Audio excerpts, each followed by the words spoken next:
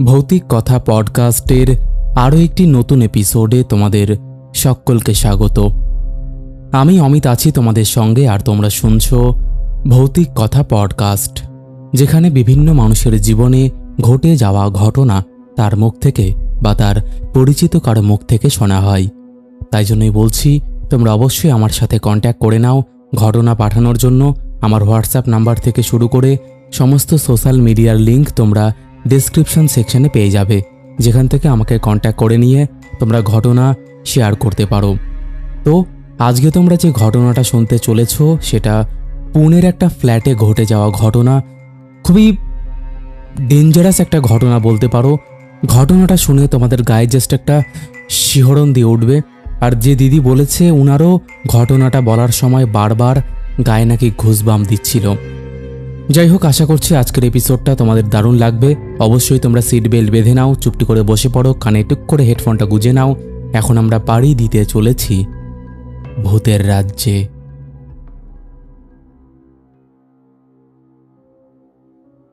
Hello Snigdha দি। হ্যাঁ বলো ভাই, কেমন আছো? ওই চলে যাচ্ছে। সবারই একই কথা, চলে যাচ্ছে।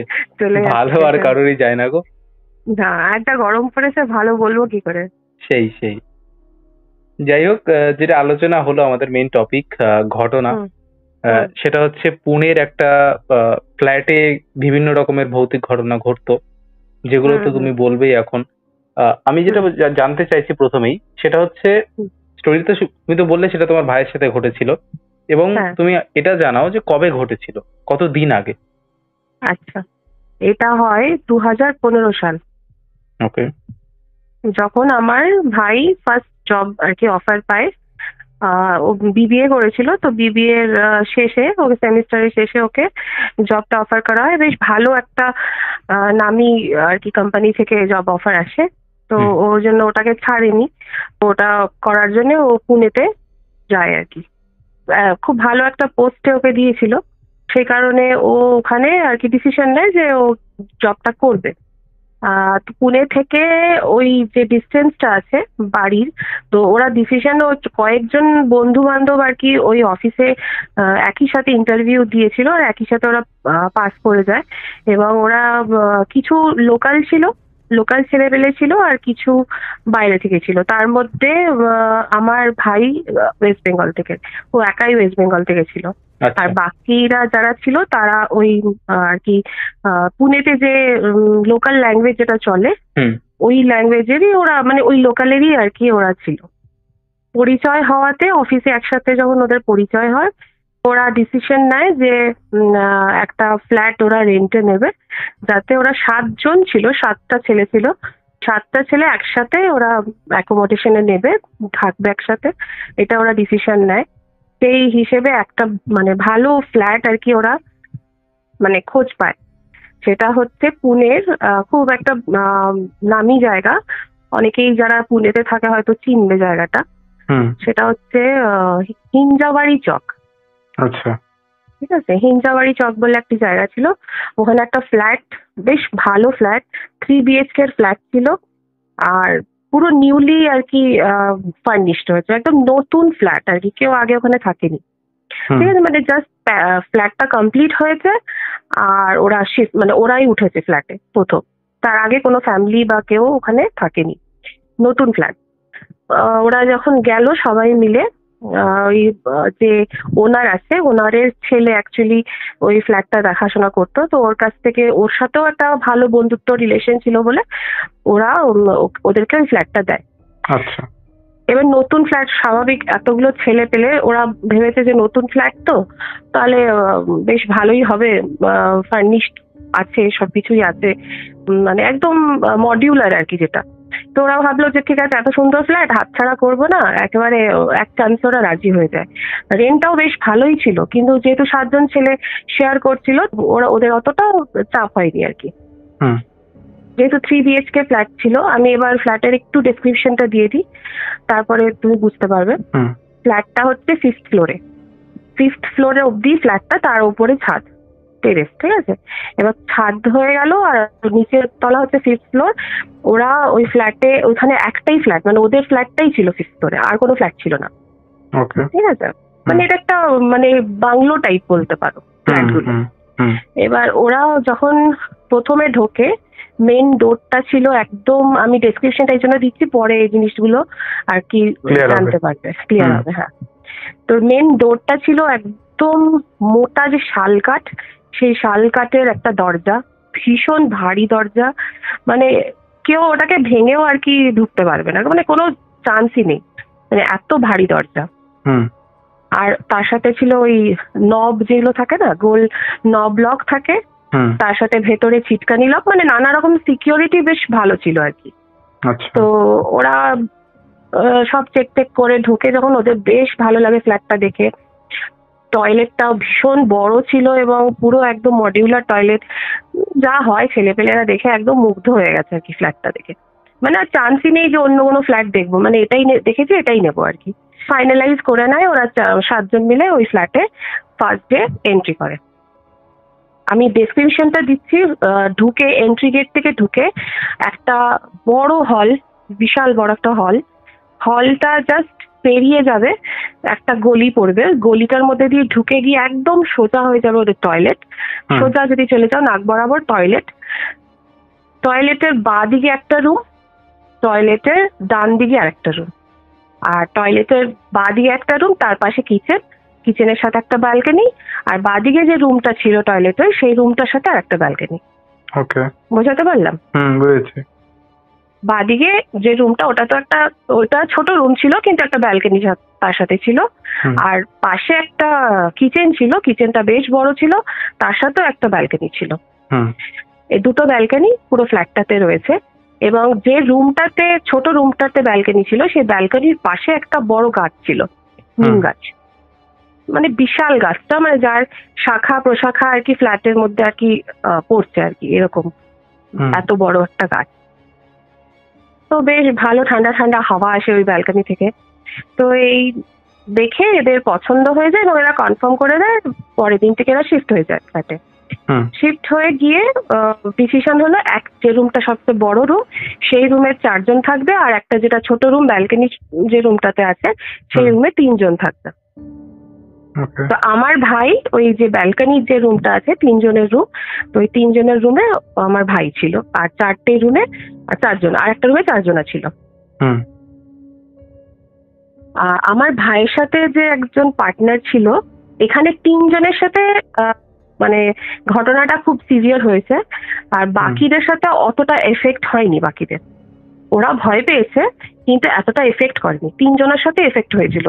তা 3 জনের নাম আমি বলে দিচ্ছি। একজনের নাম আমার ভাই, ওর নাম হচ্ছে সৌম্য, আর আরেকজন ছিল তার নাম অজয়, আর একজনের ছিল আলী।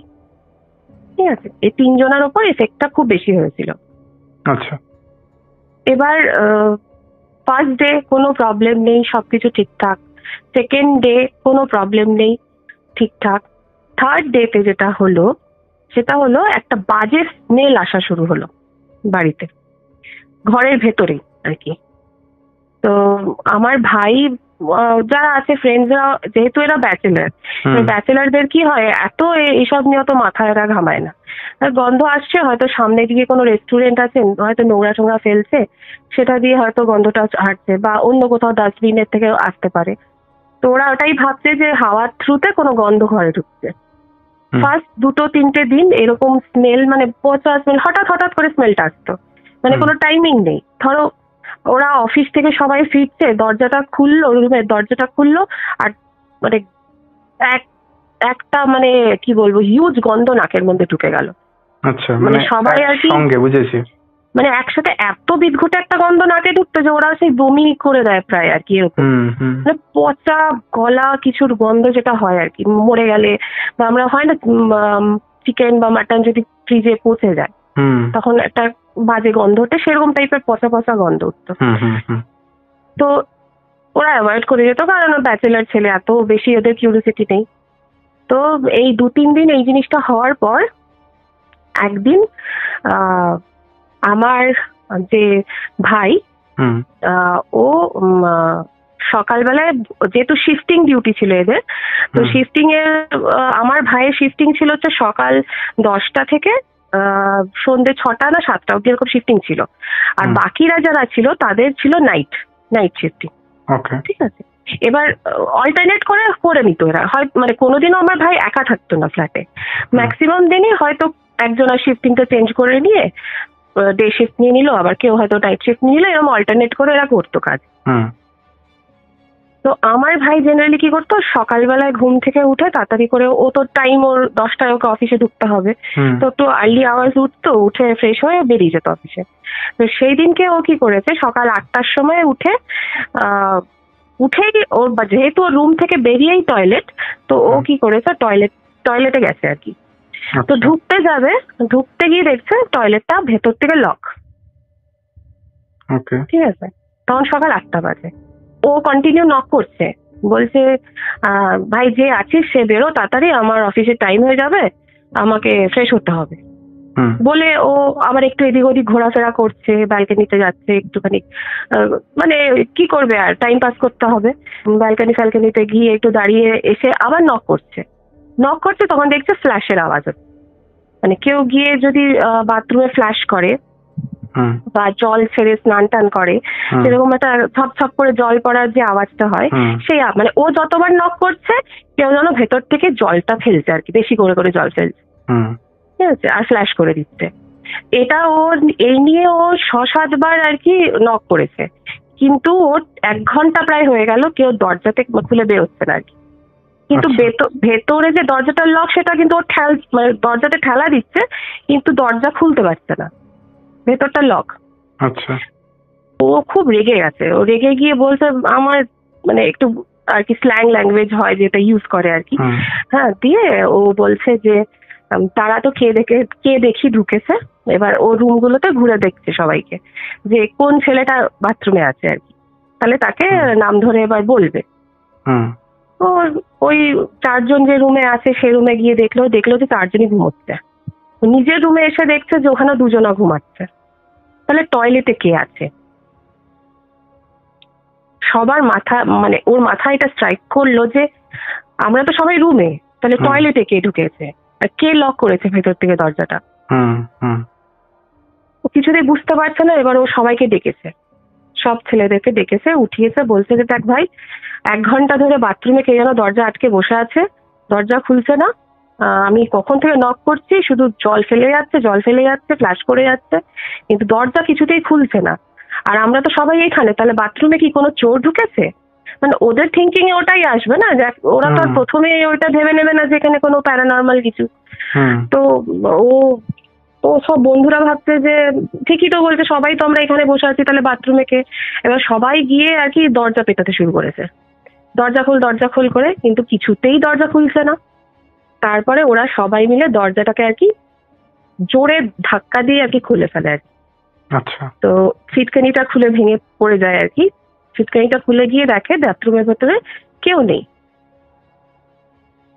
মানে পটিতে জল ফ্ল্যাশ করা হয়েছে সেটা দেখা যাচ্ছে, বাথরুমে জল পড়ে আছে বা বালতিতে টপ টপ করে জল পড়ছে, কিন্তু সেরকম কোনো চিহ্ন নেই যেখানে কেউ স্নান করেছে বা বাথরুম ইউজ করেছে, সেরকম কোনো চিহ্ন নেই। ঠিক আছে, এবার ওরা ওটা দেখে না একটু প্যানিক হয়েছে যে কি ব্যাপার, তাহলে কি হাওয়া দিচ্ছে, 5th ফ্লোরে তো একটু হাওয়া হবে, হাওয়াতে দরজাটা লক হয়ে গেল নাকি, সেই কারণে এরকম হলো। প্রায় ওটাকে ক্যাজুয়ালি নিয়ে নিয়েছে, বলছে দেখ ভাই, হাওয়াতে লক ফক হয়ে গেছে, অত টেনশন নিস না, যা অফিস চলে যা। তো আমার ভাই আর কি ও শেষ হয়ে অফিসে চলে গেছে। সেদিন আর কিছু হলো না, দিয়ে তারপরের দিনও ঠিক থাকলো, মানে জাস্ট 2-3 দিনের গ্যাপে এক একটা করে ইনসিডেন্ট হচ্ছে। এবার আবার 2 দিন ঠিকঠাক কেটে গেল। এবার আরেক দিন এরকম আমার ভাইয়ের এক বন্ধু, যে যার নাম আমি তোমাদেরকে বললাম একটু আগে, ওই অজয় আর আলী, তো এবার আলী আর আমার ভাই সেদিনকে অফিস থেকে তাড়াতাড়ি ফিরে গেছে। তো ফিরে এসেই দরজাটা খোলার চেষ্টা করছে, কিন্তু মেন এন্ট্রান্সের দরজাটা ওরা কিছুতেই খুলতে পারছে না। ওরা চাবি, সবার কাছে একটা করে চাবি আছে, 7জন ছিল, 7জনের কাছেই একটা করে মেন ডোরের চাবি থাকে। তো চাবি দিয়ে লক খোলার চেষ্টা করছে, কিন্তু লক খুলছে বাট দরজাটা খুলছে না। এটা মেন এন্ট্রান্সের কথা বলছি আমি। আচ্ছা। এবার ডিউটি থেকে এসছে, ওরাও ফ্রেশ হবে, ওদের ভেতরে ঢুকতে হবে, কিন্তু কিছুতেই দরজা খুলছে না। তো ওরা ভাবছে কি হয়তো কেউ আগে থেকে এসে ভেতরে ঢুকে দরজা লক করে রেখেছে। আচ্ছা। এটাই স্বাভাবিক ভাববে যে কেউ হয়তো আগে চলে এসেছে, এসে অফিসের ভেতরে থেকে দরজা লক করে দিচ্ছে। হুম, সবাই সবাইকে ফোন করেছে, কল করেছে যে কে আছিস ভেতরে, দরজা খুলছে না, লক করে রেখেছিস, দরজাটা খোল। তো সবাই তো অফিসে, কেউ তো ঘরে নেই।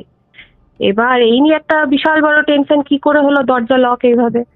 তখন বাকি যে ছেলেরা আছে ওদেরও অফ হয়ে গেছে, ডিউটি শেষ হয়ে গেছে, ওরাও চলে এসেছে, এসে দেখছে যে কিছুতেই দরজা খুলছে না। হুম, আবার সেই একই জিনিস, অত মোটা একটা শালকাঠের দরজা, ওরা তো পিটিয়ে পিটিয়ে ওটা খুলতে পারছে না, লাস্টে দরজার লকটাকে ভাঙা হলো। ঠিক আছে, দরজার লকটাকে ভেঙে ওরা ঘরে ঢুকলো। জাস্ট দরজাটা যেই খুলেছে আবার সেই গন্ধটা, মানে সেই পচা গন্ধটা, মনে হচ্ছে যে কেউ সামনে, জাস্ট দরজার সামনেই কেউ কিছু পচাটা রেখে দিয়েছে, তার গন্ধটা একদম নাকে ঢুকছে ওদের। সবাই আর কি বমি করে ফেলে আর কি, এরকম অবস্থা। হুম, এবার যখন এই আমার ভাই আর যে আলী বলে ছেলেটি, ওরা যখন ভেতরে ঢুকলো তখন ওদের না একটু ভয় লেগেছে আর কি। এবার ব্যাপারটা ওদেরকে একটু মানে কি বলে এটা, যে সন্দেহর জায়গায় চলে এসছে যে এটা অন্য কিছুও হতে পারে। ঠিক আছে, কিন্তু কেউ কাউকে এক্সপ্রেস করছে না, না আমার ভাই ওকে বলছে, না আলী ওকে বলছে যে ভাই কিছু আছে এখানে। ওরা বলছে ও না, কোনো রকম ভাবে হয়তো লকটা খারাপ ছিল, এরকম হয়েছে। আমার ভাই ও কিন্তু নাস্তিক মানুষ, ঠিক আছে, কোনোদিনও ঠাকুর ঠাকুর এইসব মন্দির যাওয়া কিছুতেই বিশ্বাস করে না। এতদিন অব্দি আমি তাই ওকে দেখেছি। এবার ও যখন এই জিনিসটা রিয়েলাইজ করলো, ও তখন আলীকে বললো যে আলী ভাই, তাহলে কাল থেকে না একটা কাজ করব, একটা ঠাকুরের ফটো নিয়ে আসবো, আর আমরা ওই ধূপকাঠি দিয়ে সারা ঘরে দেখাবো, দুবেলা আমরা এই জিনিসটা করব। তো ওই যে আলী ছিল ও বললো হ্যাঁ ঠিক আছে চল ভাই, কোনো ব্যাপার না, তাই করব। মানে এও তো বলতে পারছে না যে আমারও ভয় লেগেছে, আর এও বলছে না আমার ভয় লেগেছে, দুজনেই চেপে যাচ্ছে ব্যাপারটা। হ্যাঁ, দুজনেই চেপে যাচ্ছে। যাই হোক, সেদিনটাও ম্যাটারটা গেল। পরের দিন আবার সেই সেম ওয়াশরুমের প্রবলেম। সকালে ওয়াশরুমে যাবে, আবার যে দরজাটা লক ভেতর দিয়ে। এবার এরা প্রচন্ড ভাবে রেগে গেছে, এরা বলছে কি হচ্ছে, এরকম ব্যাপারটা কি ইয়ে। ওরা কিছুতেই মানে দরজা খুলতে পারছে না, দরজা লক হয়ে গেছে। আবার সেই দরজা ভাঙা হলো, ছিটকিনি ভাঙা হলো, সবকিছু ভাঙা হলো। ভেতরে গিয়ে দেখে অ্যাজ ইউজুয়াল কেউ নেই। এদের সন্দেহটা এবার আস্তে আস্তে আস্তে আস্তে পুরো একদম কনফার্ম হতে যাচ্ছে যে এটা কিছু আছে, এই ফ্ল্যাটে কিছু একটা আছে। এবার বিশ্বাসটার মেন টার্নটা আসছে। এবার তোমাকে স্টোরি টার্নটা বলছি। একদিন সানডে ছিল, সানডের দিন সবার ছুটি। এবার সানডে করে এরা কি করতো, বাইরে আউটিং এর একটা প্রোগ্রাম রাখতো। সবাই মিলে পুনে এসছি, নতুন জায়গা একটু ঘুরে ফুরে দেখবো, বাইরেই আমরা লাঞ্চ ফাঞ্চ করে আমরা ঘরে চলে আসবো। সেই দিনকে ওরা এরকম ঘুরতে গেছে, ঘোরাফেরা করে বাড়ি চলে মানে ফ্ল্যাটে চলে এসছে। অজয় বলে যে ছেলেটি ছিল, ওর মানে একটু এমার্জেন্সি ছিল বাথরুমের ব্যাপার। তো এমার্জেন্সিতে ও আগে চলে এসেছে, মানে এরাও একসাথেই ফিরছিল, বাট ও একটু তাড়াতাড়ি করে চলে এসেছে যাতে ও ওয়াশরুম যেতে পারে। আচ্ছা, মানে ও এসে ওয়াশরুমে ঢুকে গেছে। এবার ওরাও জাস্ট অন ওয়েতেই আছে, মানে ওরাও বাড়ির দিকেই আসছে ফিরছে। তখনই হঠাৎ করে অজয়ের ফোন। আচ্ছা, হ্যাঁ, অজয়ের ফোন। না সরি, আমি না একটু মানে স্কিপ করে গেলাম। এর আগে যে ঘটনাটা আগে সেটা বলিনি, এটা পরে বলি। ঠিক আছে। হ্যাঁ, স্কিপ করে গেলাম। তো আমি এবার ওই পার্টি ওদের ব্যাপার হলো, দুপুরবেলা ওদের লাঞ্চ ফাঞ্চ করলো, করে ওরা বাড়ি ফিরলো। ফিরে এবার রাত্রেবেলায় যে অজয় বলে ছেলেটি, ও একটু মানে কি বলবো, ড্রিঙ্ক করতো রেগুলার। ঠিক আছে, প্রতিদিনের একটা অভ্যাস ছিল ড্রিঙ্ক করার। তো ব্যাচেলার ছেলেরা এটা তো করবেই, সাধারণ জিনিস এটা। আমার ভাই বললো যে দেখ ভাই, এত বেশি খাস না, যতটা নিতে পারবি ততটা খা। কিন্তু ও শোনার না, মানে সবার সাথে খেয়েছে বসে, কিন্তু ওর তাতেও ওর স্যাটিসফ্যাকশন হয়নি। ও আবার আরেকটা নিয়ে গিয়ে বসে ও আলাদা চলে গেছে আর কি। মানে ও পুরো ওটা একা খাবে, কারোর সাথে শেয়ার করবে না। তো ও কি করেছে, কিচেনে চলে গেছে। তখন অলরেডি রাত 2-2-2:30 বেজে গেছে। তো কিচেনে যে একটা বড় যে ব্যালকনিটা ছিল, ওই ব্যালকনিটার সামনের যে উইন্ডোটা, সেই উইন্ডোটা মানে রান্নাঘরের যে জানালাটা, সেটা পুরো কাচের জানালা ছিল। আচ্ছা। আর কাচের মধ্যে দেখবে, এটা দেখেছো কিনা কোনো অফিসে দেখবে, একটা উপর নিচ নামানোর একটা মানে করা পর্দা টাইপের করা থাকে, যেটা টানলে পরে উঠে যায় আবার নেমে যায়, কিন্তু মাঝখানটা একটু ফাঁকা ফাঁকা ফাঁকা ফাঁকা থাকে। ঠিক থাকে তো, এটা অফিসে থাকে। তো ওদের ওই ফ্ল্যাটে ওটা লাগানো ছিল। ও কি করেছে, ওই জাস্ট ওই পর্দাটা একটু হালকা করে টেনে ফাঁকা করেছে, মানে যাতে ও বাইরেটা দেখতে পারে, বাইরেটা দেখবে আর ও বসে বসে ওখানে আর কি খাবে, ড্রিঙ্ক করবে। যেহেতু কাচের জানালা ছিল তো বাইরে সবই দেখা যাচ্ছে। ও ওখানে বসে বসে জাস্ট খাচ্ছে, আর এরা কি করেছে, এরা সব রুমের ভেতরে বসে বসে গল্প করছে। হঠাৎ মানে আর্তনাদ, বুঝো তো, আর্তনাদ, একটা বিশাল জোর আর্তনাদ, ঠিক আছে, আমার গায়ে কাটা দিচ্ছে। এটা বলতে খুব ভয় লাগছে, ঠিক আছে, মানে এত জোর আর্তনাদ যে মানে আর ধাম করে, মানে কিছু একটা পড়ে গেলে যেরকম আওয়াজ হয়, ভীষণ জোরে পড়ে গেলে যেরকম আওয়াজ হয়, ঠিক ওরকম একটা আওয়াজ। তো এরা তো একদম হুড়মুড়িয়ে দৌড়ে গেছে যে দেখি কি হলো। গিয়ে জাস্ট কিচেনে গিয়ে দেখে যে অজয় বলে ছেলেটি ও মাটিতে পড়ে রয়েছে, এবং যে গ্লাস বটল যারা সেগুলো সব ভেঙে পড়ে আছে নিচে, এবং ওর মাথায় চোট পেয়েছে, ব্লিডিং হচ্ছে, প্রচুর ব্লিডিং হচ্ছে, এবং ও শকড, মানে ও চিৎকার করছে, রীতিমতো চিৎকার, পাগলের মতো চিৎকার করছে, ওকে আটকে রাখতে পারছে না ওরা, এত চিৎকার করছে। মানে ও বলছে, মানে ওর ভাষা হারিয়ে গেছে, ও জাস্ট চিৎকার করছে আর বলছে উধার উধার উধার, মানে ও অ্যাকচুয়ালি ওরা না, ওদের ভাষাটা তেলেগু না তামিল আমি বুঝি না ব্যাপার ভাষাটা, ওই রকম টাইপের ভাষা, ও তো পুরোপুরি ক্লিয়ার হিন্দিও বলতে পারছে না। তো ও ওদের ল্যাঙ্গুয়েজে বলছে যে ওই জানালাটাতে কিছু আছে, ওদের ল্যাঙ্গুয়েজে ওরা বলছে। আমার ভাই বলছে কি আছে কি আছে, বলছে ওই তো জানলা জানলা দেখাচ্ছে। ও কি করেছে যে উঠে গিয়ে ব্যালকনির দরজাটা খুলে বাইরে গেছে, বাইরে গিয়ে দেখছে চারিদিকে ঘুরে ফিরে কিছুই নেই। পরে ওকে একটু ঠান্ডা করে ওকে বললো যে কি, মানে ওকে মাথায় আর কি ওই যেটা ফার্স্ট এড করা হলো, করার পর ওকে জিজ্ঞেস করা হলো তুই কি দেখেছিস, কি দেখে এত ভয় পেয়ে গেছিস। তখন বললো চুড়েল।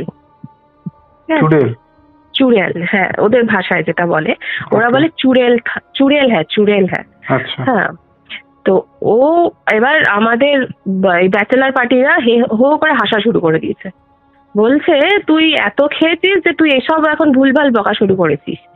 হ্যাঁ, ও বলছে না রে ভাই, আমি ভুলভাল বকছি না, আমার মাথাটা ফেটে গেছে, কি এমনি ফেটে গেছে, হ্যাঁ আমি কিছু দেখেছি বলেই আমি ভয় পেয়েছি।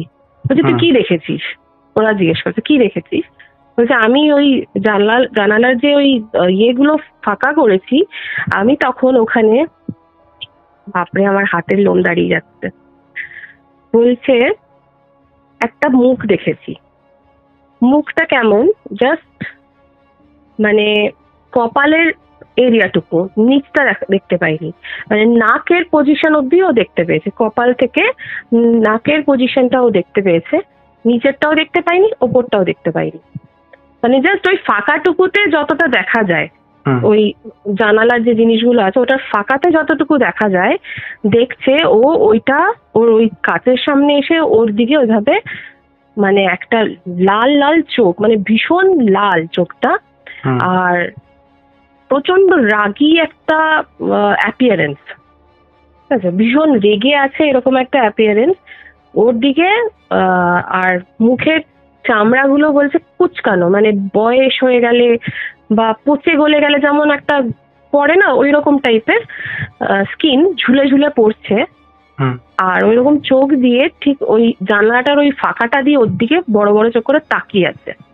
ও এইটুকুই দেখেছে, দেখেই ও চিৎকার, মানে এমন চিৎকার দিয়েছে যে ও পড়ে গেছে, মানে উল্টে গেছে, টুলের ওপরে কিসের উপর বসেছিল উল্টে গেছে, মাথায় চোট পেয়েছে।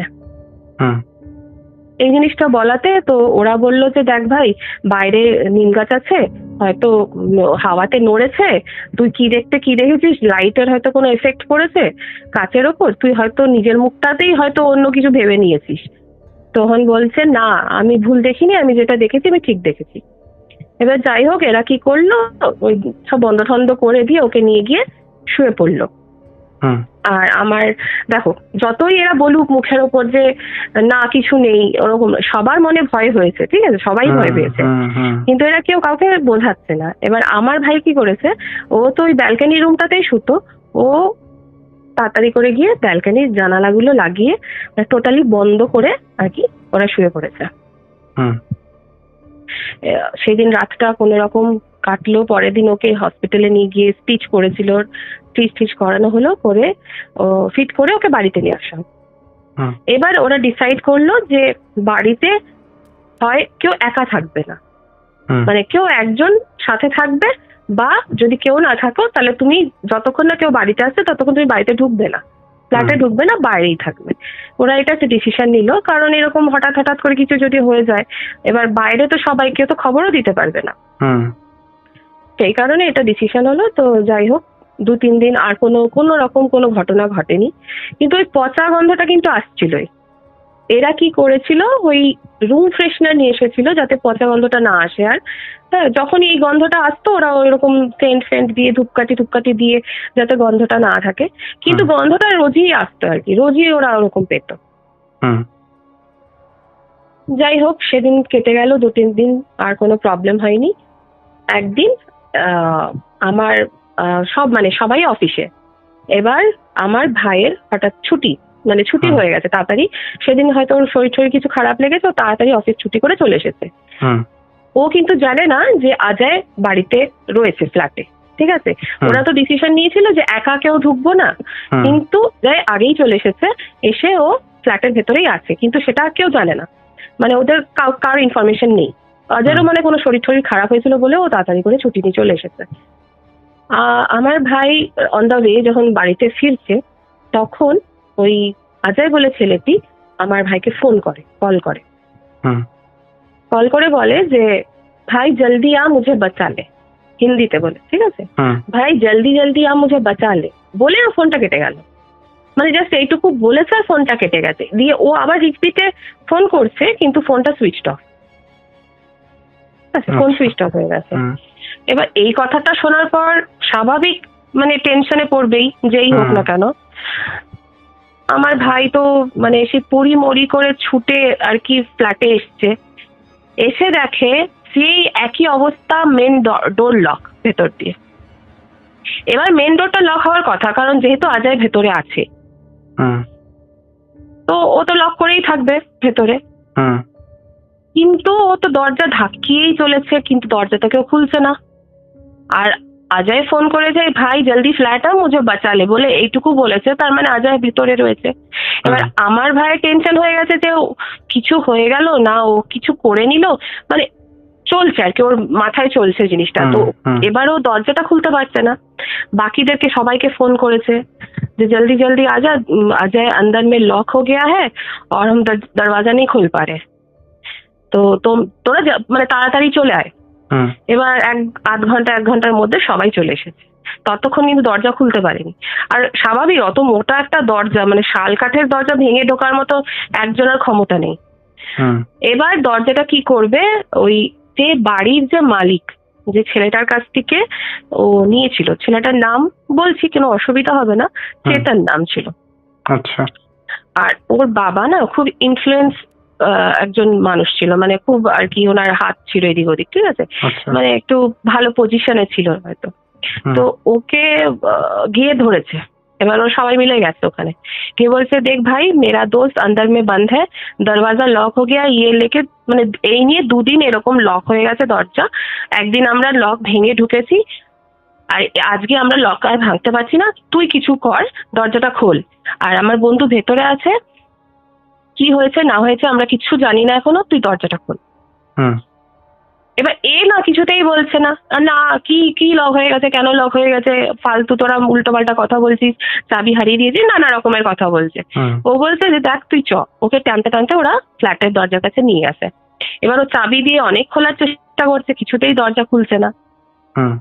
তখন ও কি করলো, নিজের কিছু আর কি ওর বডিগার্ড টাইপের ছেলে পেলে ওর সাথে থাকে, তো তাদেরকে ফোন করে ডাকলো, ডেকে বললো দরজা ভাঙ বলতে লকটা ভাঙতে বললো। তো দরজার লকটা ভাঙা হলো, দরজার লক ভেঙে ঢুকেই সোজা গিয়ে ডান হাতে ওদের রুমটা, যে রুমটাতে অজয় থাকতো।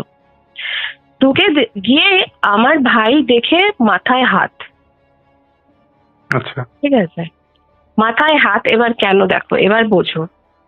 মেন ডোরটা লক আছে সেটা আমার মানা যায়, সেটা ও অজয় লক করেছে সেটা মানতে পারছি। রুমের দরজাটা কে বাইরে থেকে লক করলো? ওকে। যে রুমে অজয় রয়েছে সেই রুমের দরজাটা বাইরে থেকে ছিটকানি, মানে হ্যাশবোল্ট টেনে লক ঢুকিয়ে রেখে দিয়েছে। মানে আমরা ছিটকানিটা টেনে একদম খাপে ঢুকিয়ে দিত, ঠিক ওরম ভাবে ছিটকানিটা টেনে খাপে ঢুকানো।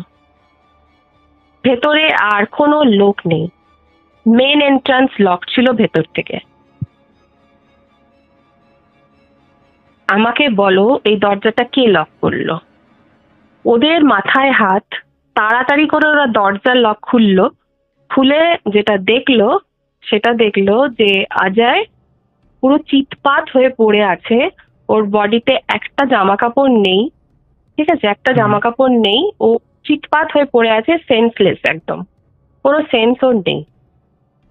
আর ওকে ওরা গিয়ে তাড়াতাড়ি করে জল টল দিয়ে আর কি অনেক কিছু করার পর সেন্সে যখন ফিরলো, ও দেখছে ওর বুকের ওপর একটা বজরং বলির যে ফটো, ওই বজরং বলির ফটো ও হাতে জাপটে ধরে শুয়ে, মানে চিৎপাত হয়ে শুয়ে আছে আর কি। ঠিক আছে, এবার ওকে যখন ওঠানো হলো ও তো রীতিমতো একটা শকে আছে, কথা বলার ওর কোনো ক্ষমতাই নেই। অনেক মানে ঘন্টা পর ও যখন একটু মানে রিল্যাক্স হলো তখন ওকে জিজ্ঞেস করা হলো। ও বলল, আমি এই ফ্ল্যাটে আর থাকবো না, তোরা থাকলে থাক, আমি এখান থেকে চললাম। তো ও বললো যে কি হয়েছে সেটা তো বলে যা, কি ব্যাপার, কি প্রবলেম, তুই কেন এইভাবে পড়েছিলি? বলছে, ভাই দেখ, আমি অফিস থেকে তাড়াতাড়ি এসছি, আমার পেট খারাপ, আমাকে ওয়াশরুম যেতে হবে, আমি তাড়াতাড়ি করে এসে দরজাটা বাইরের লক করে আমি ওয়াশরুমে ঢুকে গেছি। ওয়াশরুম থেকে আমি ফ্রেশ হয়ে স্নান টান করে বেরিয়েছি আমি জাস্ট আয়নার সামনে গিয়ে আমি চুলটা আঁচড়াচ্ছিলাম। আমি আয়নার দিকে ঘুরে মাথাটা চুলটা আঁচড়াচ্ছি, আমি বাবারে পুরো গায়ে কাটা দিচ্ছে। আমি আয়নাতে দেখছি আমার পেছনে একজন এসে, একটা মহিলা দাঁড়িয়ে আছে। আয়নাতে দেখছি আমার পেছনে একজন মহিলা দাঁড়িয়ে আছে, যার হাইট 6 ফুটের ওপর, এবং সে একটা সাদা রঙের একটা কিছু পরেছিল, এবং ওর মুখটা হচ্ছে বিভৎস বাজে, বিভৎস, মানে সে কি বলবো, মানে গলে গলে পড়ছে সেই মাংস, ঠিক আছে, মুখের যে চেহারা, স্কিন গুলো বলছে গলে গলে পড়ছে। 6 ফুট হাইটের একটি মহিলা আমার পেছনে দাঁড়িয়ে আছে এবং আমার দিকে একদম রাগী চোখে তাকিয়ে আছে, পারলেও আমাকে এখানে মেরে ফেলবে আর কি। আমি যেই পেছনে ঘুরেছি দেখছি ওই মহিলা আমার মুখের সামনে। কি বলবো আর, নিজেকে বলতে কেমন লাগছে আমার। তো মহিলাটা ওর মুখের সামনে, ও পুরো রুম ও ছুটে বেরিয়েছে, ঠিক আছে, দরজা তো বাইরে থেকে লক করে দিয়েছে, রুম থেকে তো বেরোতে পারছে না, পুরো রুমটা ছুটে বেরিয়েছে। লাস্টে মানে ওই যে পড়ে গেছে, ও নিচে পড়ে গেছে, চিত হয়ে পড়ে গেছে। বজরং বলির ফটোটা পাশে পেয়েছিল, মানে জাস্ট ড্রেসিং টেবিলে রাখা ছিল, ও ফটোটা ধরে নিয়ে বুকের সামনে রেখেছে। আর ওই যে জিনিসটা ছিল ও নাকি চারিদিকে ওর ভন ভন করে ঘুরছিল, যেমন কিছু ফ্যান যেমন করে ঘোরে, ঠিক ওই জিনিসটা ওর চারিপাশে ওইভাবে ঘুরছিল রাউন্ড আপ। ওটা দেখে ও না সেন্সলেস হয়ে গেছে, মানে ওখানেই আর কি অজ্ঞান, ওর আর কোনো সেন্স নেই, ও আর কিছু বলতে পারবে না কি হয়েছে। তারপরে যখন এরা ওকে উঠালো তারপরে তো সবকিছু জানলো। এই ইনসিডেন্টটা হওয়ার পর এরা সবাই ভয় পেয়ে গেছে, মানে বিভৎস রকমের ভয় পেয়ে গেছে, এবং এরা ডিসিশন নেয় যে এবার গিয়ে বাড়ির মালিককে বলবে যে আমরা আমাদের যে ডিপোজিটের টাকাটা আছে, কারণ 1 মান্থ তো হয়নি, হ্যাঁ, ডিপোজিটের টাকাটা দিয়ে দিক, আমরা অন্য কোনো ফ্ল্যাট দেখে নেব। এবার ওরা দল বেঁধে গেছে, গিয়ে ওই জাস্ট চেতনকে বলেছে। তো চেতন কিছুতেই বিশ্বাস করবে না, ব্যাপারটা কিছুতেই বিশ্বাস করবে না। ও বললো, ঠিক है भाई, तुम लोग मिल जाएगा, अभी 2-3 दिन और रह जाओ, फिर देख लेते। হ্যাঁ, একে বলে এরা আটকে দিয়েছে। এরা তো ডিপোজিটের টাকাটা না পেলে অন্য কোথাও মুভ করতে পারছে না, অনেকটা হাই অ্যামাউন্ট লেগে গেছে এদের। তো এরা ওই রুমে এরা ডিসিশন নিল যে এবার সবাই মিলে একটা রুমেই থাকবে, ঠিক আছে, মানে 7 জনাই একটা রুমে থাকবে, আর কেউ আলাদা যাবে না, আর কেউ কাউকে একা ছাড়বে না, মানে যে যাবে তাকে সাথে করে নিয়ে যাবে বা সাথে করে থাকবে, মানে কেউ কাউকে একা ছেড়ে যাবে না। ডিসিশন নিল এটা, তো ওরা একটা রুমে শুলো, সেদিন রাতটা ওই একটা রুমেই শুলো। শোয়ার জাস্ট শুয়েছে, মানে অনেক রাতেই শুয়েছে ওরা। শোয়ার পর ওরা সকালবেলা যখন উঠেছে, মানে আমার ভাই দেখছে যে মানে ওর ঘুমটা কেমন ভেঙেছে দেখো। ওদের যে কথাবার্তা হলো যে কেউ কাউকে ছেড়ে যাবি না, এই কথাটা বলার পর আমার ভাই ঘুমিয়ে পড়ে। ঘুমটা জাস্ট ভাঙে এমন ভাবে যে ও দেখছে ও খাটের উপর শুয়ে আছে, ওর দুটো হাত দুদিকে রাখা, মানে সোজা করে রাখা আছে আর কি, মানে যেমন আমরা ধরো হাত দুটো বেঁধে দিলে, যদি আমরা বেঁধে দিই খাটের সাথে যেমন হয়ে থাকবে, ওই রকম হাত দুটো দুদিকে ছড়ানো, পা দুটো দুদিকে ছড়ানো, এবং ওর বুকের ওপর খুব চাপ সৃষ্টি হচ্ছে। ওর ঘুমটা জাস্ট ভাঙে, তখন মনে হচ্ছে যে ওই যে জিনিস কেউ ওর বুকের ওপর চেপে বসে আছে, ঠিক আছে, আর ও কোনো রকম কোনো কথা বলতে পারছে না, এবং আশেপাশে যে বন্ধুগুলো আছে তাদেরকেও ও দেখতে পাচ্ছে না। ও ঘুমিয়েছে সবার সাথে, যখন চোখটা খুলেছে তখন দেখছে কেউ নেই রুমে, ফাঁকা, একটা ছেলে রুমে নেই, আর ও মুভ করতে পারছে না, ও একদম লকড হয়ে গেছে ওর বডি, আর ও মনে হচ্ছে ওর বুকের উপর কেউ চেপে বসে দাপাচ্ছে, মানে লাফাচ্ছে রীতিমতো। এবার আমার ভাই হচ্ছে একটু হেভি চেহারা, ঠিক আছে, ও কিন্তু একটু ধরো শক্তি আছে গায়ে, ভীষণ শক্তি, তো ও কিছুতেই মুভ করতে পারছে না, ও যত ফোর্স লাগাচ্ছে ও কিছুতেই বিছানা থেকে সরতে পারছে না, মানে যে পজিশনে আছে ওই পজিশনে না। ওর গলা থেকে কোনো আওয়াজ বেরোচ্ছে যে কাউকে ডাকবে যে আয় তুই আমাকে হেল্প কর, কাউকে ডাকতে পারছে না, ওর গলা দিয়ে কোনো সাউন্ড নেই। এবার ও দেখছে যে ওর বুকের ওপর কেউ বসে আছে, এবং ওর হাত দুটো, মানে তোমার এই যে আর্মস যেগুলো হয় আমাদের, হাতের ওপর কেউ যেন হাত দিয়ে চেপে রেখেছে, যাতে ওর বডি কোনোভাবে মুভ না করতে পারে। মানে ধরো তুমি শুয়ে আছো চিত হয়ে, তোমার বুকের ওপর কেউ বসে তোমার হাত দুটোকে ধরে রেখেছে, আর তার মুখটা তার মুখের ওপর আর কি, এইরকম পজিশন একটা। ও কিছুতেই মুভ করতে পারছে না, ও মানে প্রায় এরকম পজিশনে 10 থেকে 15 মিনিট ওইভাবে ওই পজিশনে ছিল। ও হাল ছেড়ে দিয়েছে, ও বলছে আমি আর পারবো না, আমার শরীর আর কোনো ক্ষমতা নেই যে আমি উঠে দাঁড়াবো, মানে আমার পজিশন এমন হয়ে গেছে যে আমি প্যারালাইজড হয়ে গেছি পুরো, ঠিক আছে। ও পুরো হাল ছেড়ে দিয়েছে যে আর কিছু করার নেই, এবার আমার মৃত্যুটা অবধারিত, আমি মরবই আর কি, এরকম, মানে ও চোখড হয়ে গেছে আর কি। হঠাৎ ও বললো যে আমার মনে পড়লো মানে হনুমান চালিসা, ঠিক আছে, যেই আমি বজরংবলীর নামটা নিলাম না, হঠাৎ করে আমার ফোর্সটা যেন রিলিজ হয়ে গেল বডি থেকে।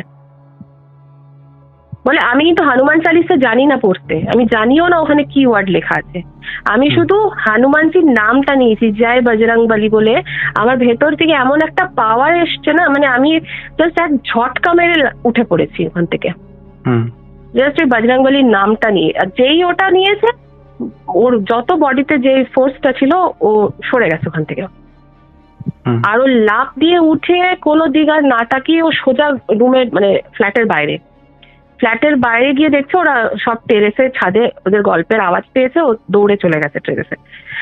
ছাদে গিয়ে দেখে ওরা সবাই বসে বসে ওখানে গল্প করছে। ও গিয়ে তো একদম স্ল্যাং ভাষায় বলে টলে যা পারলো তাই বললো আর কি ওদেরকে, যে ভাই তোদের বললাম যে আমাদের কাউকে একা ছেড়ে যাবি না, আমি ঘুমোচ্ছি, তোরা আমাকে ডেকে দিয়ে যা, তোরা সবাই মিলে চলে গেছিস, আমার উপর কি হচ্ছে জানি, আমি এখনই মরে যেতাম, এরকম অবস্থা। তো বললো ভাই আমরা 5 মিনিটও হয়নি আমরা রুম থেকে এসছি এখানে, তো তুই ঘুমাচ্ছিলি ওই জন্য তোকে ডাকিনি, আমরা 5 মিনিটও হয়নি এখন এসে ছাদে বসেছি, বলে 5 মিনিটেই মরে যেতাম, ঠিক আছে। এই ঘটনাটা হওয়ার পর এরা বলেছে বহুত হো গেয়া বাস, হ্যাঁ, মানে আর পারছে না এরা টলারেট করতে। এবার এরা কি করলো, ওই মাকান মালিক যে আছে ওকে গিয়ে বললো যে দেখ ভাই তুই টাকা ফাঁকা তোর দিবি কি দিবি না আমরা জানি না, বাট আমরা এই ফ্ল্যাটে আর থাকবো না, এই নে তোর চাবি, আমরা এখান থেকে আমাদের যা জিনিসপত্র আছে সব বের করে নিয়ে এসে দে, আমরা চলে যাচ্ছি এখান থেকে। হুম তখন ওরা ওই যে ছেলেটি ছিল ও বললো, রুক যা, আমার বাবাকে ডাকছি। হুম ঠিক আছে, এবার ওর বাবাকেও সঙ্গে সঙ্গে ফোন করাতে ওর বাবা একদম একদম সঙ্গে সঙ্গে চলে আসে আর কি। হুম তো ও বাবার সাথে অনেকগুলো বডিগার্ড ঘোরে আর কি, ঠিক আছে, 4-5টা বডিগার্ড থাকে ঘোরে। এবার উনি এসেই আর কি জিজ্ঞেস করছে, ক্যা হুয়া বেটা তুম লোগ এসে, এরকম কেন তোমরা টেনশনে পড়ে আছো, কি ব্যাপার হয়েছে? হুম তখন ওরা এই যাবতীয় ঘটনাগুলো বলল। ইভেন ওরা লকটাও দেখালো যে এই পজিশনে আমাদের লকটা ভাঙতে হয়েছে। তখন ওই লোকটা বললো যে ঠিক হ্যাঁ, কিছু মানে তোমরা আর কি টেনশন করো না, তোমরা, আমি তোমাদেরকে যে কদিন তোমরা থাকতে চাও আমি তোমার থাকার জায়গা ব্যবস্থা করে দিচ্ছি অন্য, তোমরা একদম টেনশন নেবে না, টাকা পয়সা তোমরা সব পেয়ে যাবে। হুম তা আমি তোমাদেরকে থাকার জায়গা করে দিচ্ছি একদম, মানে খুব ভালো লোকটা। তো একটা ভালো হোটেলে, বেশ নামি দামি হোটেলে ওদের থাকার ব্যবস্থা করে দিল। ও বলল যতদিন না আমি বলবো তোমরা ওখানেই থাকো, লোকটা বলল যতদিন না আমি তোমাদেরকে বলবো তোমরা এখন ওখানেই থাকো, ওখানেই সবকিছু করো, কোনো অসুবিধা নেই, ভাড়া আমি চালাবো, ঠিক আছে, হোটেলের ভাড়া আমি দেবো। ওরা ভাবলো যে ঠিকই আছে, চলো আমাদের তো টাকাটা লাগছে না, তো আমরা হোটেলেই থাকি। 2-3 দিন পর ওই লোকটা আমার ভাইকে বা ওদেরকে ফোন করে বলে, তোমরা সবাই স্নান টান করো, আজকে ছুটি নিয়ে নাও অফিসে, সবাই চান টান করে চলে এসো, আমাদের ফ্ল্যাটে চলে এসো। ভাবলো কি আছে হঠাৎ করে স্নান টান করে সবাই ফ্ল্যাটে যেতে বলছে, তাই করলো। স্নান টান করে ফ্ল্যাটে গিয়ে দেখছে, তখন অনেক সকাল ভোর ভোর গেছে আর কি, গিয়ে দেখছে যে একজন, কি বলবো ওটা, ওরা বলছে কুল পুরোহিত, ঠিক আছে, ওদের কুল পুরোহিত বলে কিছু বলছে, একজন এমন একটা ব্যক্তি দেখলাম, আমাকে বলছে যে দিদি 6 ফুটের হাইট লোকটা, আর গায়ে থেকে না এমন একটা জ্যোতি বেরোচ্ছে, মনে হচ্ছে মানে একটা হোয়াইট একটা আভা বেরোচ্ছে ওনার গায়ে থেকে, মানে ওনাকে দেখেই তোর ভক্তি আসবে। মানে আমি কিন্তু নাস্তিক মানুষ, আমি সব বিশ্বাস করি না, কিন্তু ওকে দেখে মনে হচ্ছে যে এ কিছু জানে, এই কিছু বোঝে আর কি, জিনিসটা ওর মধ্যে কিছু একটা গুণ আছে। উনি আসলো, উনি একটা সাদা বস্ত্র পরেছিল, তো বললো যে ওই লোক যে মাকান মালিক ছিল সে বললো যে চলো আমাদের ফ্ল্যাটে একটা পুজো হবে, তো তোমাদেরকে ওখানে থাকতে হবে। 7 জনকে বললো ওই পুজো যেখানে করায় সেই জায়গাটায় নিয়ে যাবে। এবার যে লোকটা এসেছিল পুজোটা করবে বলে, ওদের কুল পুরোহিত, যখন ওকে ফ্ল্যাটের সামনে দরজার সামনে নিয়ে যাওয়া হয়, ওই কুল পুরোহিত ওদেরকে বলে, বাপ রে বাপ, তোরা এখানে কি করেছিলিস? 7 জনকে বলছে তোরা এই ফ্ল্যাটে কি করে এতদিন কাটিয়েছিস আমাকে শুধু বল। এখানে তো একটা না, কয়েক শোটা আছে এখানে, মানে এখানে যারা বাস করে তারা একজন নয়, তারা অনেকজন। অ্যান্ড এর মধ্যে থেকে 2-4 জন খুব খারাপ, আর বাকিরা অতটা খারাপ নয়, কিন্তু 2-4 জন ভীষণ খারাপ এরা, মানে এদেরকে কন্ট্রোল করার মতন ক্ষমতা কারোর নেই, এরা এই লেভেলের আর কি স্পিরিট আর কি। ও বললো যে এই রুমে তোরা কেন, এই রুমে কেউ থাকতে পারবে না, কেউ থাকবে না এই ফ্ল্যাটে, এই ফ্ল্যাটটা টোটালি বন্ধ করতে হবে, কারণ এই ফ্ল্যাট থেকে তাদেরকে সরানো ইম্পসিবল, কারণ এই যে জায়গাটা এটা তাদেরই জায়গা। তোরা গৃহপ্রবেশ করেছিলি, মানে আমার ভাইকে জিজ্ঞেস করেছে, তোরা গৃহপ্রবেশ করেছিলি? এবার দেখো ব্যাচেলার ছেলেরা এইসব করে না, স্বাভাবিক জিনিস এটা, এটা কাকে করতে হয়, মাকান মালিক করবে বা অন্য কোনো ফ্যামিলি থাকলে হয়তো করতো, কিন্তু 3-7টা ছেলে থোড়ি গৃহপ্রবেশ করতে যাবে, যেহেতু নতুন ফ্ল্যাট বলে না গৃহপ্রবেশ করেই ঢুকতে হয়, তো ওরা ওইসব কিছু করেনি। তো যেহেতু গৃহপ্রবেশের মানে হচ্ছে আমি যার জিনিস তার কাছ থেকে পারমিশন নিচ্ছি যে আমি এখানে থাকবো, আমাকে তুমি থাকতে দাও, ঈশ্বরের কাছে আমি পারমিশন নিচ্ছি যে আমাকে এই থাকার জায়গাটা তুমি দাও, আমি তোমার এই শরণে থাকতে চাই। তো তুই তো ঈশ্বরের কাছে কোনো পারমিশনই নিসনি তোরা, বা যেই থাকুক এখানে তাকে তো পারমিশন নিতে হবে, যে অন্যের একটা জায়গায় তুমি বসছো, সে তোমাকে বসতে দেবে কিনা বা সেই পরিবেশটা আছে কিনা সেটা তো তোমাকে দেখতে হবে। বললো যেহেতু তুই এটা করিসনি, তোরা এইসব করিসনি, এইখানে যাদের জায়গা তারাই থাকবে, এখানে আর কেউ থাকতে পারবে না। যাই হোক, এটা বলার পর ও বলল যে এখানে অনেক আছে, একটা নয় অনেক আছে ভাই, তোরা এখানে থাকিস না, তোরা অন্য কোনো ফ্ল্যাট দেখে চলে যা। আর ওই যে মাকান মালিক ওকেও বলে দিল তুমি এটা পার্মানেন্টলি বন্ধ করে দাও, 5th ফ্লোর কাউকে দেবে না, তুমি 4th ফ্লোর অব্দি তুমি দাও, যাকে ইচ্ছা দিতে পারো, 5th ফ্লোর তুমি কাউকে দেবে না। এটা ওই মাকান মালিককে বলে দিয়ে গেল। ওরা পুজো টুজো করলো, ঘরটাতে যজ্ঞ করলো, সবই করলো, কিন্তু বললো যে এদেরকে এখান থেকে কিছুতেই বার করা যাবে না, কারণ এই বিল্ডিংটা তৈরি হওয়ার আগে থেকেই এরা এই জায়গাটায় রয়েছে। আর ওই যে নিম গাছটা, ওই নিম গাছটা হচ্ছে মেন ওদের বাসস্থান ছিল। যখন ফ্ল্যাটটা তৈরি হয়ে যায় তখন এই যে উপরের ফ্ল্যাটটা, এই উপরের ফ্ল্যাটটা যেহেতু ফাঁকা ছিল এবং এখানে কোনো পুজো করা হয়নি, সেই জন্য ওরা এই জায়গাটা থাকার জায়গা করে ফেলেছে। এদেরকে এখান থেকে কিছুতেই সরানো যাবে না। আচ্ছা, লাস্ট অব্দি এটাই ডিসিশন হলো। ওরা তো ওখান থেকে জামা কাপড় যেভাবে হোক প্যাক করে নিয়ে বেরিয়ে চলে গেছে। ওদের থাকার তো আর কোনো গল্পই ছিল না। আর মাকান মালিকও নাকি উপরের 5th ফ্লোরটা নাকি বন্ধ করে দিয়েছে পার্মানেন্টলি, ওটা বন্ধ। জানি না এখন কি পরিস্থিতি, এটা তো 2015 সালের গল্প বলছি আমি, এখন জানি না কি হয়েছে। বাট ওরা যতদিন পুনেতে ছিল বললো যে আমরা তো ওই এরিয়াতেই ছিলাম আশেপাশে, আমরা ততদিন অব্দি দেখেছি 5th ফ্লোরে কেউ থাকেনি। তারপরে কেউ এসেছে কিনা বা ওরা চলে আসার পর কেউ করেছে কিনা সেটা কিন্তু ওরা জানে না। আচ্ছা, এই হচ্ছে আমার ভাইয়ের আর কি গল্প ফ্ল্যাটের।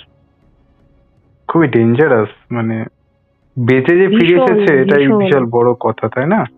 মানে বেঁচে ওরা ফিরেছে, ইভেন তোমার যে জিনিসটা ওরা দেখেছে, এটা এটা তো শুনেই আমার মানে মানে কি বলবো, হাত পা কাঁপা শুরু করে দিয়েছে।